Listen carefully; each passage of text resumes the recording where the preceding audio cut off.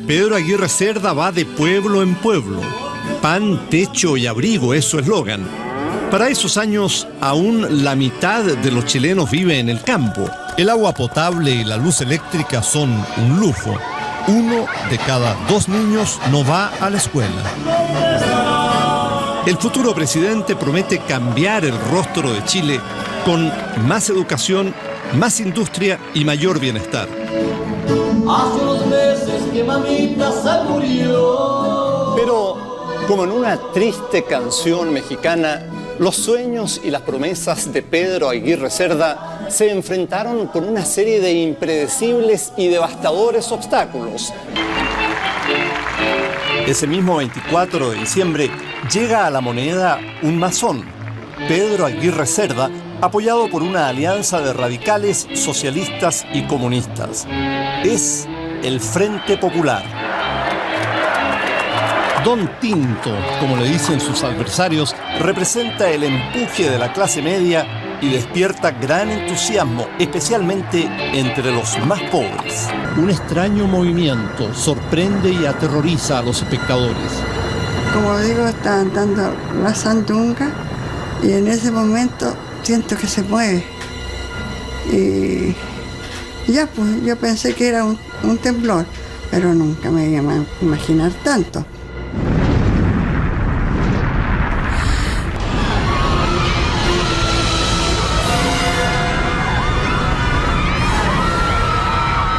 Donde quebraba el alma fue en el Teatro Municipal. Toda la techumbre cayó en la platea. Por las gradas corría la sangre.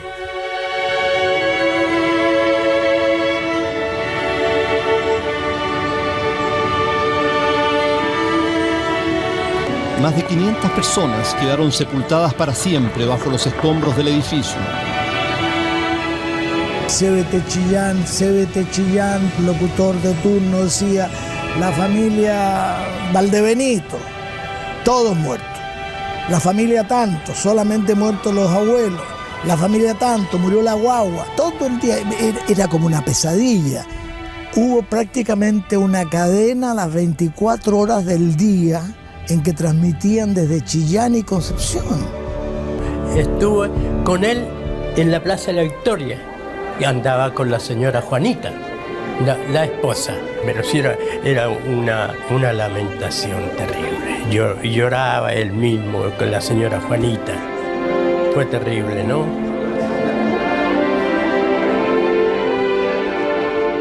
Chile, estremecido, se moviliza.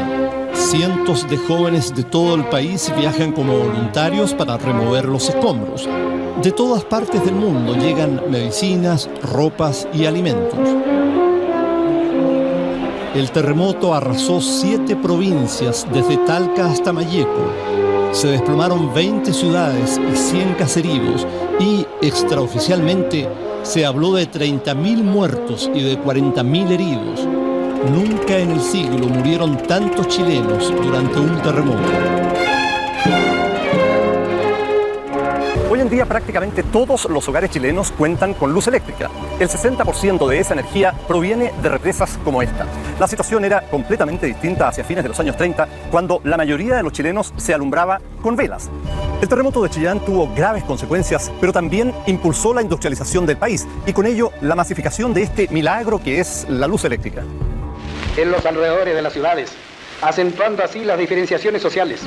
En mi concepto, el empleado y el obrero deben vivir en el interior de las ciudades, de manera que la clase trabajadora se sienta como un componente social tan digno y respetable. Tras el terremoto, Aguirre Cerda obtiene facultades extraordinarias y en abril de 1939 crea la Corporación de Fomento de la Producción, Corfo.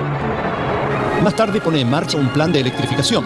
Así nacería la Empresa Nacional de Electricidad, Endesa. Neruda en persona se encarga de seleccionarlos. Me parece que habló con cada uno de los 2000 y tantos embarcados. Por esos mismos días, en el puerto de Hamburgo, en Alemania, otro barco, la motonave chilena Copiapó, también se encuentra lista para zarpar. Su misión es sacar a los chilenos de Europa antes de que empiece la guerra. Pero el capitán también decide salvar la vida de judíos alemanes perseguidos por los nazis. Nos avisaron en la noche que hay un pasaje disponible para la Copiapó, pero tendría que llegar inmediatamente a Hamburgo.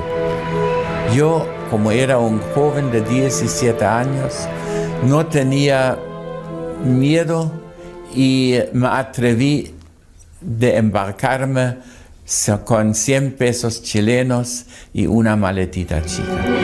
En Hamburgo, 100 pasajeros chilenos y 50 judíos logran abordar el Copiapó.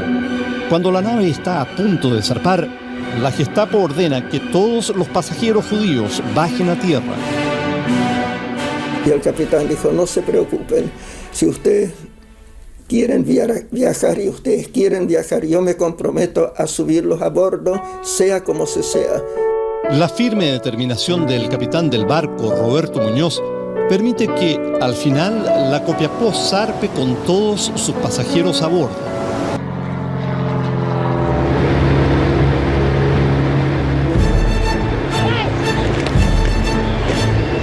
Mientras el Winnipeg y el Copiapó navegan hacia Chile, Alemania invade Polonia.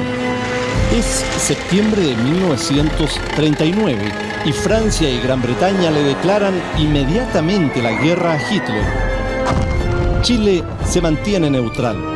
Y ahí nos tocaron esos 2 o 3 días que viajamos a luces apagadas en la noche, porque se suponía que en cualquier momento se iniciaban las hostilidades y podían haber submarinos que torpedearan el barco y todo esto. Finalmente, el Copiapó y el Winnipeg, al igual que otros barcos repletos de refugiados, arriban ilesos a las costas de Valparaíso. ¡Viva Chile!, grita el primer refugiado español al pisar tierra firme. El propio Pedro Aguirre Cerda da la bienvenida a los numerosos intelectuales, artistas y trabajadores que llegan en el Winnipeg. Mientras en Europa la guerra ya cobra miles de víctimas, en la lejana región austral de Aysén, la epopeya de la colonización causará una de las mayores catástrofes ecológicas del siglo. Nos había iniciado una nueva aventura, la conquista de Aysén. Entre ellos iba el explorador y documentalista alemán Augusto Grosse.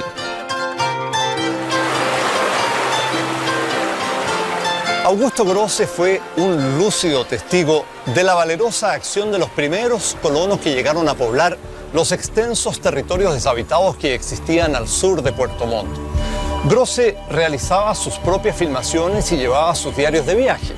Ellos constituyen hoy un testimonio crudo y real de lo que significó la epopeya de habitar los bosques vírgenes de Aysén, como asimismo del desastre ecológico que cambió para siempre el escenario de la Patagonia chilena.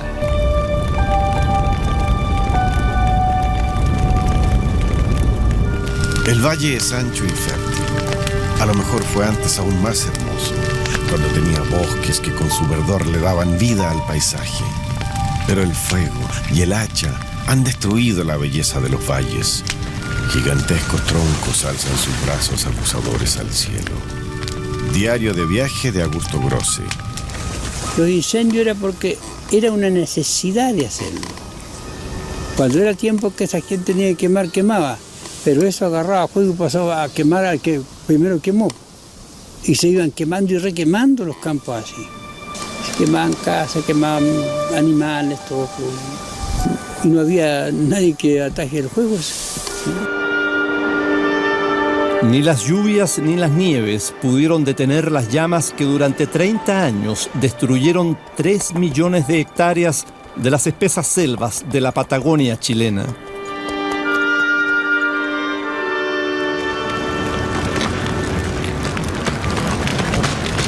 Los santiaguinos de 1940 no saben de la catástrofe ecológica en los bosques de Aysén.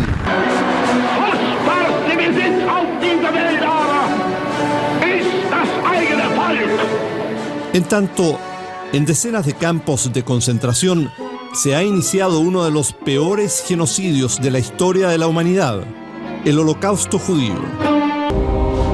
Hambre, miseria, látigos, tortura. Auschwitz es una zona poco húmeda, triste, lluvioso. Nos llevaron para exterminio y el día siguiente, en la madrugada, cuando nos despertaron, nos sacaron de nosotros para entrar en cámara de gas. Los soldados nazis se imponen en todos los frentes.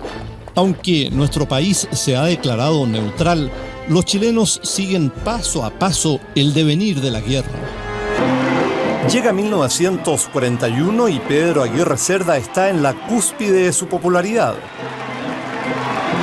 Como buen radical, es amante de la buena mesa, practica la conversación y es un fumador empedernido. No sabe que una cruel enfermedad se ha alojado en su cuerpo.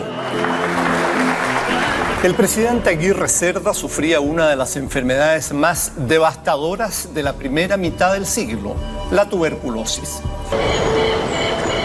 Por aquellos días aún no llegan los antibióticos a Chile y los tuberculosos son aislados en sanatorios cordilleranos.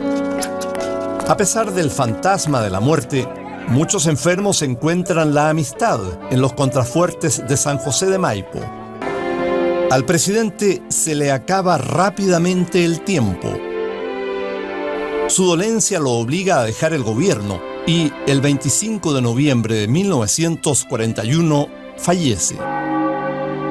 Fueron llevados sus restos desde La Moneda al Salón de Honor del Congreso Nacional, ser expuestos a la vista del pueblo que tanto amó.